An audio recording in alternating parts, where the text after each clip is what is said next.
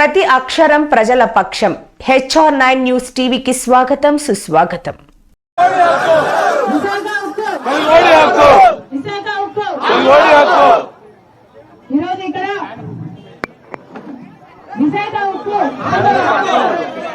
సంబంధించి అసలు ఇక్కడ కార్మికులకైతేనేమి ప్రజలకైతేనేమి ప్రభుత్వము రాష్ట్ర ప్రభుత్వమైనా కేంద్ర ప్రభుత్వమైనా అసలు భరోసా కలిగించకపోగా 1329 రోజులుగా రిలే నిరాహార దీక్షలు చేస్తున్నారు. భరోసా కల్పించకపోగా ఈరోజు 4200 మంది కాంట్రాక్ట్ ఉద్యోగస్తులను నోటీసు కూడా ఇవ్వకుండా తొలగించారు అని వింటున్నాం. ఇద్దరు గుండెపోటుతో మరణించారు అని కూడా వింటున్నాం. ఇది దారుణము, దుర్మార్గము. ఇలా ఎందుకు చేస్తున్నారో కేంద్ర రాష్ట్ర ప్రభుత్వాలు సమాధానం చెప్పాలి.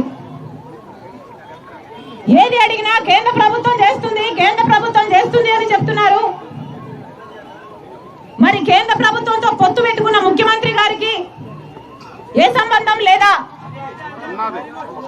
ముఖ్యమంత్రి గారు వచ్చి ఈ కార్మికులకు, ఈ పరిశ్రమకు భరోసా ఇవ్వాల్సిన అవసరం లేదా?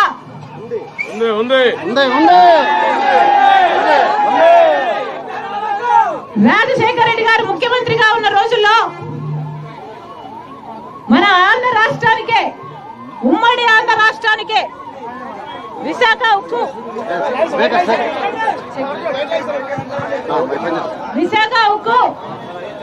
తలమానికమన్నారు. మనందరం గర్వంగా చెప్పుకోతగ్గది అన్నారు విశాఖ స్టీల్ గురించి రాజశేఖర రెడ్డి గారు. ఆయన ముఖ్యమంత్రిగా ఉన్న రోజుల్లో ఎన్ని రకాలుగా వీలైతే అన్ని రకాలుగా విశాఖ ఉక్కును ఆదుకున్నారు.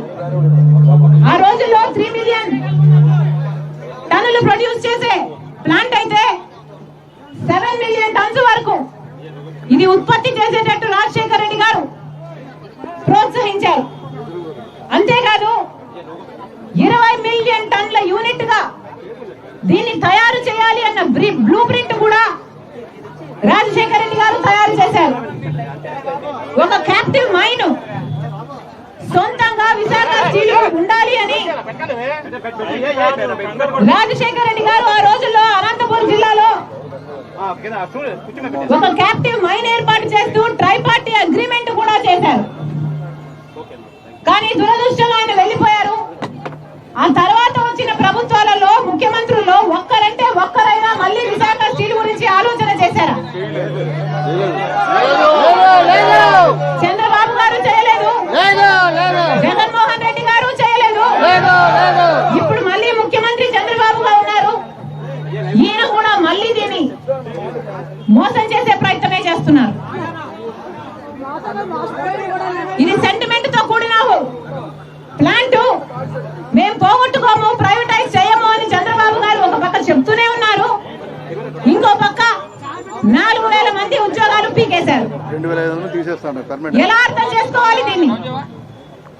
ఎలా అర్థం చేసుకోవాలో చంద్రబాబు గారు సమాధానం చెప్పాలి. ఎప్పటి నుండో ఇక్కడ కార్మికులు దాదాపు 30,000 మందికి పైగా 30,000 మందికి పైగా ఉద్యోగస్తులు పనిచేస్తున్నారు. వీళ్ళందరూ ఎప్పటి నుంచో డిమాండ్ చేస్తున్నారు. క్యాప్టివ్ మైన్ కావాలి అని, సెయిల్ లో దీన్ని విలీనం చేయాలి అని, కార్మికుల జోలికి రాకూడదు అని, వీళ్ళ బ్రతుకులకి ఈ ప్లాంట్ కి భరోసా కలిగించాలి అని. కనీసం ఒక బెయిల్అవుట్ ప్యాకేజ్ కూడా ఇంతవరకు ప్రకటన చేయలేదు ముఖ్యమంత్రి గారు. మరి ఎందుకు పొత్తు పెట్టుకున్నట్టు కేంద్ర ప్రభుత్వంతో? బీజేపీతో ఎందుకు పొత్తు పెట్టుకున్నారో చంద్రబాబు గారు సమాధానం చెప్పాలి. పవన్ కళ్యాణ్ గారు కూడా సమాధానం చెప్పాలి. పార్టీ వాళ్ళు ఏం చేసిందని? ప్రత్యేక హోదా ఇవ్వలేదు, రాజధానికి డబ్బులు ఇవ్వలేదు, పోలవరం కట్టలేదు, ఒప్పుకోలేదు. ఎందుకు మద్దతు ఇస్తున్నారు మరి చంద్రబాబు గారు? కనీసం ఒక్క అష్యూరెన్స్ అయినా తేలేకపోయారా చంద్రబాబు గారు? విశాఖ స్టీలును మేము రక్షించుకుంటాము అని ఒక్క మాట అయినా ఇక్కడికి వచ్చి ఎందుకు చంద్రబాబు గారు ధైర్యంగా చెప్పలేకపోతున్నారో సమాధానం చెప్పండి. కాంగ్రెస్ పార్టీ డిమాండ్ చేస్తుంది, చంద్రబాబు గారు వెంటనే రావాలి, చంద్రబాబు గారు ఇక్కడికి రావాలి,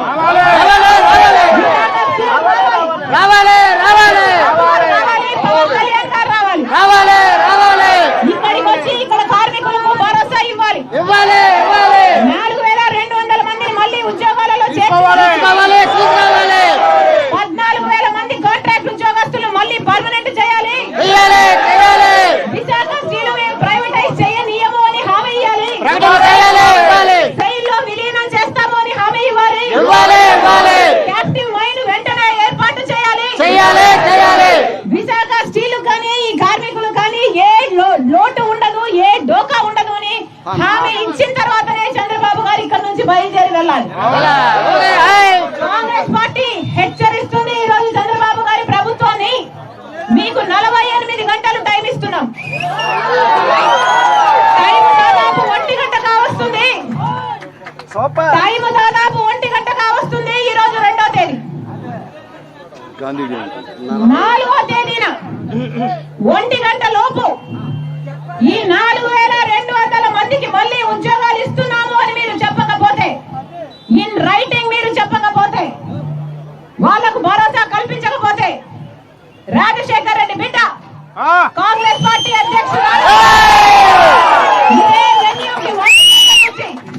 4వ తేదీ 1 గంట నుంచి నిరాహార దీక్షకు దిగుతుందని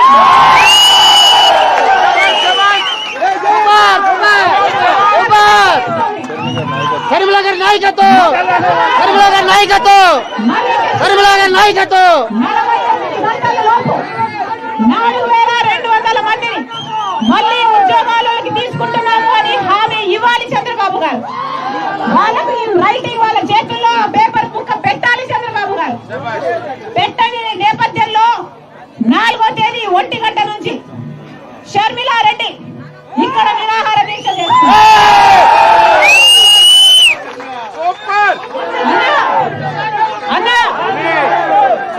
రాజశేఖర రెడ్డి బిడ్డను నేను ఇది వరకు కూడా మీకు మాటిచ్చాను. నేను 2 సార్లు వచ్చాను విశాఖ స్టీల్కి. ఇది వరకు కూడా ఈ సంవత్సరంలోనే మీకు మాటిచ్చాను, మీ హక్కుల కోసం నేను పోరాడతాను అని మీకు మాటిచ్చాను. నేను పోరాటం చేయడమే కాదు, అవసరమైతే రాహుల్ గాంధీ గారిని కూడా తీసుకొచ్చి పోరాడతాను. మాటిస్తుంది రాజశేఖర రెడ్డి బిడ్డ, మాటిస్తుంది కాంగ్రెస్ పార్టీ. ఉంటానా నాయకత్వం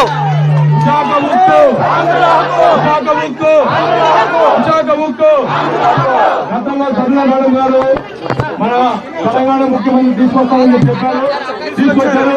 ముఖ్యమంత్రికి ఒక ఊపిరి పోశారు.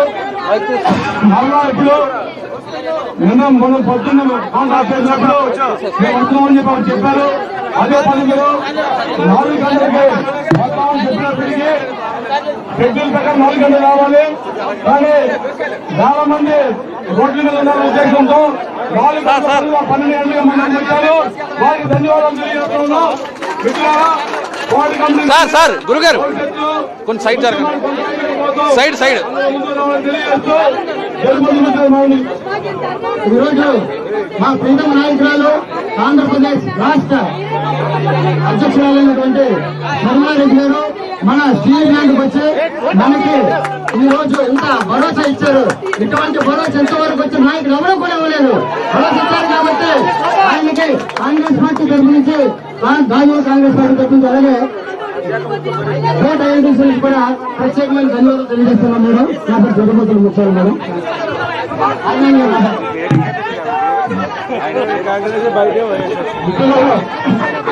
విశాఖంలో ఆంధ్రప్రదేశ్ ప్రభుత్వంగా పోరాడినటువంటి కాంగ్రెస్ పార్టీ శ్రీమతి ఇందిరాగాంధీ గారు విశాఖించుకునే నివేదికలు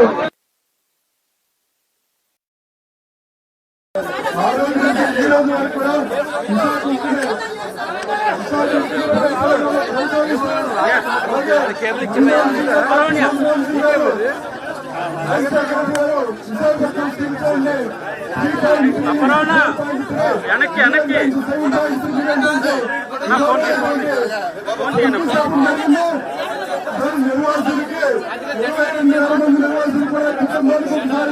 ఉద్యోగం ఇస్తామని చెప్పేసి ఆ రోజు ఇందిరాగాంధీ వచ్చేసినటువంటి ఒప్పందాన్ని ఈ రోజు వరకు కూడా అమలు చేయాలని చెప్పేసి మనం పోరాటాలు చేస్తున్నాం. కొనసాగుతుంది.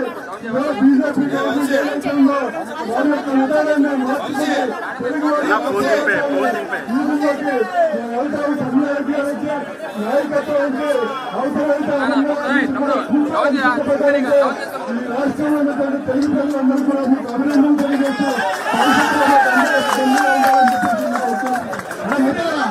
మేడం మీద ఒకటి వెళ్ళిపో కాంగ్రెస్ ఎంపీలందరినీ పార్లమెంట్ సమావేశం దయచేసి వారందరూ కూడా గట్టిగా మాట్లాడితే మన వర్క్ దగ్గర విడిపోతుంది చెప్పి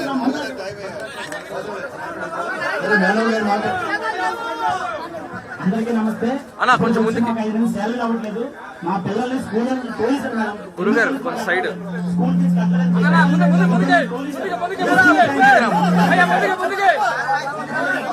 సార్ కొంచెం ముందుకు వేసుకుంటారా మీరు చైరు కొంచెం వేసుకోండి సార్.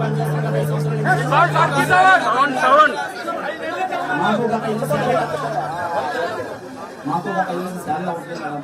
మా స్కూల్ పిల్లల్ని ఇంజనీరింగ్ తోలేస్తున్నాం మేడం. స్కూల్కి వెళ్తే పంపించేస్తున్నారు. ఏం కూడా పంపిస్తే ఫీజు కట్టని పంపించేస్తున్నారు. ఎందువల్ల అంటే స్కూల్ జీతాలు కట్టడానికి 5 నుంచి జీతాలు ఏం బతకాలి నాకు అసలు హై స్కూల్లోకి వెళ్తే హై స్కూల్లో కూడా మీకు పర్మిషన్ లేదు అని చెప్పేస్తున్నారు మేడం.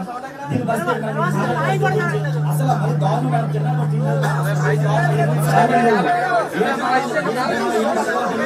మేము అలా నిర్వహిస్తున్నాం మేడం. దాంట్లో భూములు పోయి బుట్లు పోయి చాలా జాబ్ లేదు. ఎవరికి జాబ్ లేదు.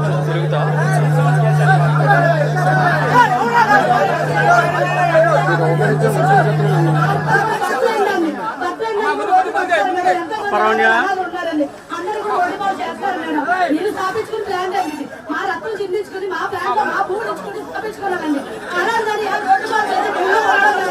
అలాగే మళ్ళీ ఏమన్నారంటే మాకు స్టాండర్డ్ కూడా రాదు.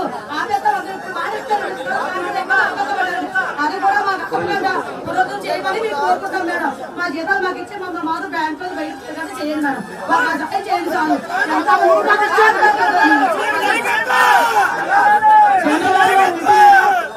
చంద్రబాబు గారు వింటున్నారా? పవన్ కళ్యాణ్ గారు వింటున్నారా? కనీసం జీతాలు కూడా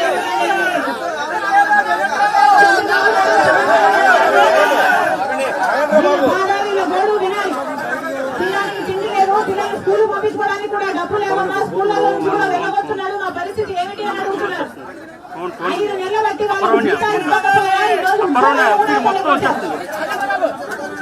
అసలు మేము మనుషులు జాబితా కిందకి వస్తారో లేదో ఆలోచన చేసుకోవాలి చంద్రబాబు గారు, పవన్ కళ్యాణ్ గారు.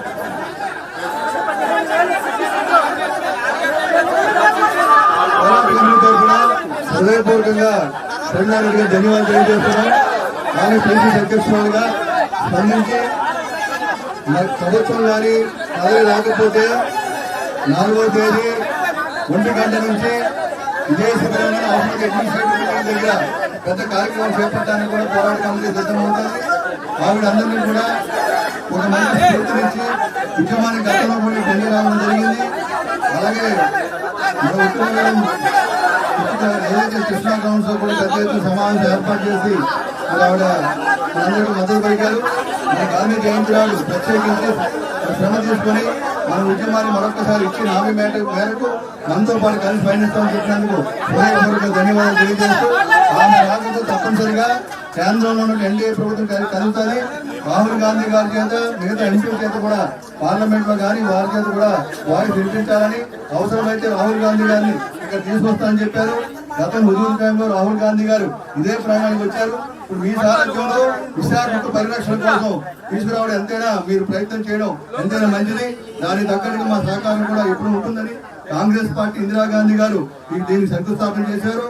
దాన్ని అదే మాదిరిగా పునాది రాయి వేస్తే పివి నరసింహరావు గారు జాతికి అంకితం చేశారు. మన్మోహన్ సింగ్ గారు ఎక్స్పాండ్ చేయడం జరిగింది.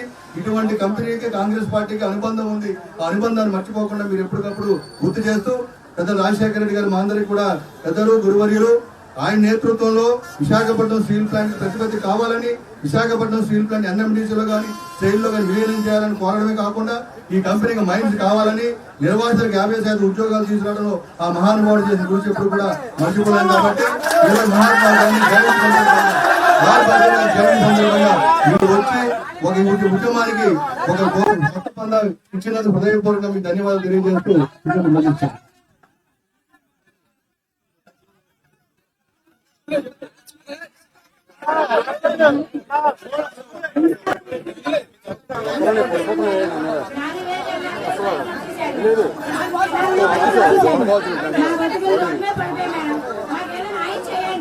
మా ఊళ్ళో మా పొట్లో తీసుకొని మా రెండు ఉద్యోగం ఎత్తాయని చెప్పి ఏది ఇవ్వకుండా ఊరికే రోడ్డు ఈ అప్పుడు ఏం చేశాడు, 6 గంటలు కట్ చేశాడు మేడం, 6 గంటలు తీసి పారేశాడు. నేను ఉద్యోగాల్లో చెప్తున్నాను 15 సంవత్సరాలు పెట్టాడు, 15-20 సంవత్సరాల నుంచి పనిచేసిన వాళ్ళని అర్ధ గంటలో తీసేశాడు.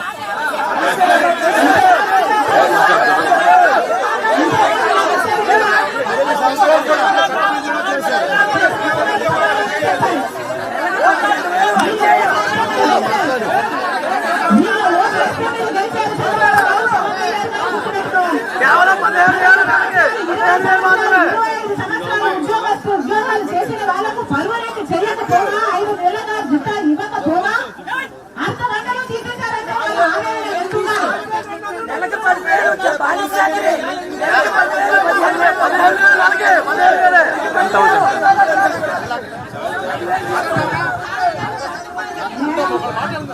మేడం 10 గంటల నుంచి తెల్లవారు 3 గంటల వరకు యూనివర్సిటీ ఆఫీస్ దగ్గర 4000 మంది ధర్నా చేస్తుంటారు మేడం.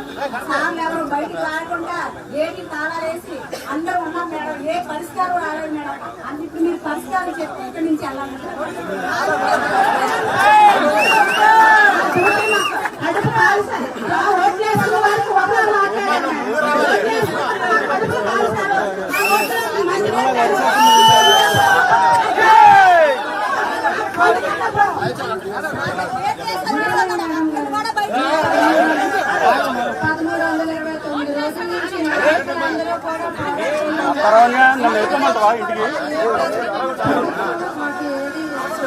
ఆవిడ చెంప పక్కన పెట్టు.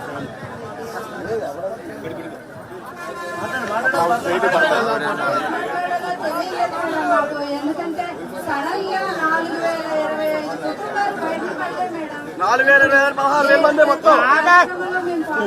కానీ మాకు కేంద్ర ప్రభుత్వం, మాకు మోడీ ప్రభుత్వం మాకు ఇప్పటికీ కూడా మీ ప్రభుత్వం, మీ విశాఖ స్టీల్ ప్లాంట్ ప్రభుత్వ రంగంలోనే కొనసాగిస్తామని చెప్పలేదు. మేము 26,000 ఎకరాలు భూములు ఇచ్చాం మేడం. ఆనాడు ఇందిరాగాంధీ శంకుస్థాపన చేసినప్పుడు 64 గ్రామాలు తరలిచ్చారు మేడం. మాకు 16,600 ఆర్కార్డులు ఇచ్చారు.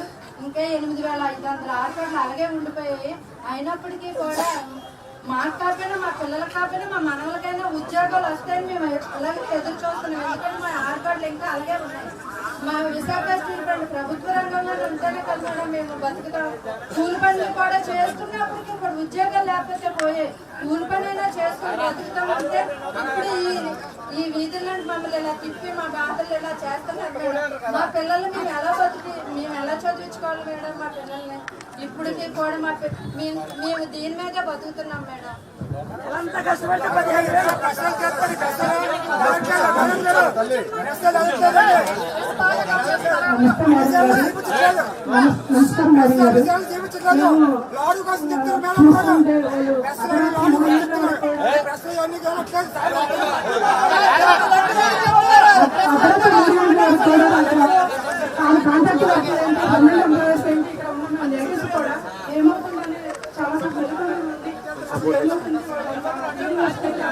వాళ్ళు ధర్నా చేస్తారు, ఏమవుతుంది ఏంటి ప్రశ్న ఆలోచించారు. ఎలాంటి తీర్పు కాకుండానే రోజు ధర్నా చేయాల్సి వచ్చింది. కాంట్రాక్ట్ నుంచి దొంగలు అయితే వాళ్ళు 90% కాంట్రాక్ట్ నుంచి నిర్వహించే ఉన్నారు. భూమి కోల్పోయి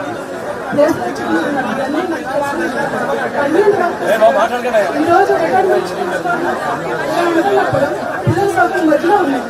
ఎందుకంటే ప్లాంట్ బాగుంది కాబట్టి వాళ్ళ సౌకర్యం మధ్యలో ఉన్నాయి. ప్లాంట్ ఫస్ట్ బాగుందంటే వాళ్ళు ఏదో చిన్న అందాజుగా ఒక అపార్ట్మెంట్ ఒక ఇల్లు అంటే కొనుక్కున్నారు.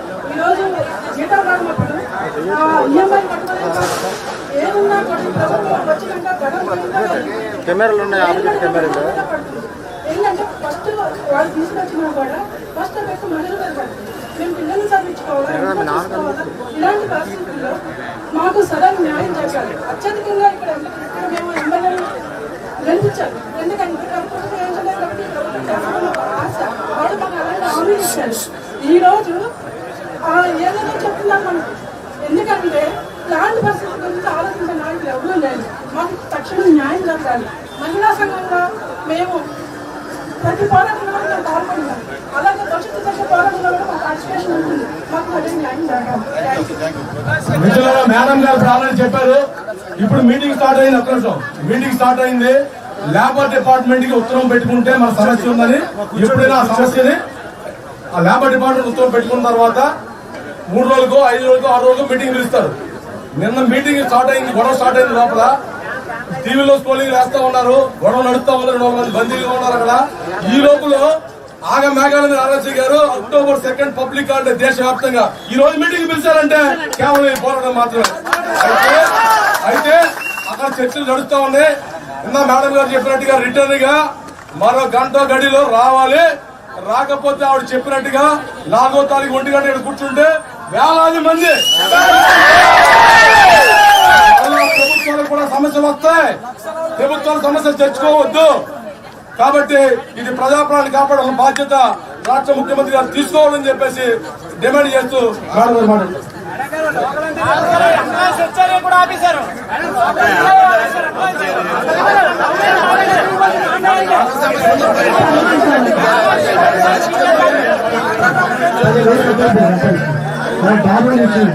ఇది అనుకోను ఆత్మహత్య చేసుకోవడానికి ఉన్నాడు.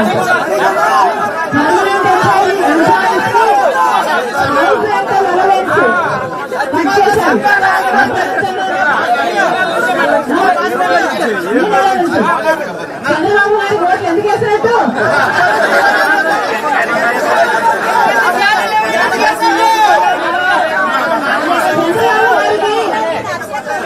చదివింపు కలగాలి. చంద్రబాబు గారు మీరందరూ మీకు ఓట్లేసి గెలిపించారు. ఎవరన్నా ఇక్కడ ఎమ్మెల్యే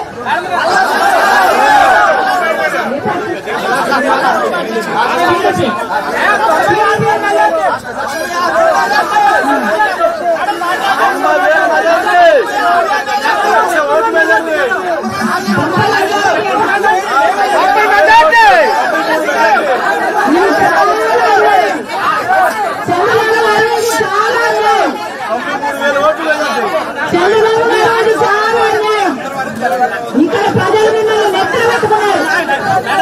మీ ఎమ్మెల్యేని 90,000 మెజారిటీ బంపర్ మెజారిటీతో గెలిపించారు.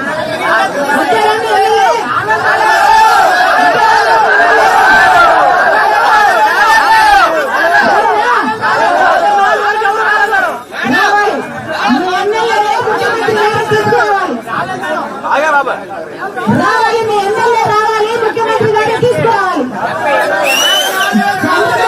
ముఖ్యమంత్రి అయిన తర్వాత చంద్రబాబు గారేమో ముఖ్యమంత్రి అయ్యారు, పవన్ కళ్యాణ్ గారేమో డిప్యూటీ ముఖ్యమంత్రి అయ్యారు. పర్మనెంట్ ఎంప్లాయీస్ కేమో హౌసింగ్ అలవెన్స్ పోయింది, కాంట్రాక్ట్ లేబర్ కేమో ఉద్యోగం కూడా పోయింది. న్యాయమేనా అని అడుగుతున్నాం. కనిపించడం లేదా అని అడుగుతున్నాం. మళ్ళీ కాంగ్రెస్ పార్టీ 48 గంటలు మాత్రమే మీకు టైం, 4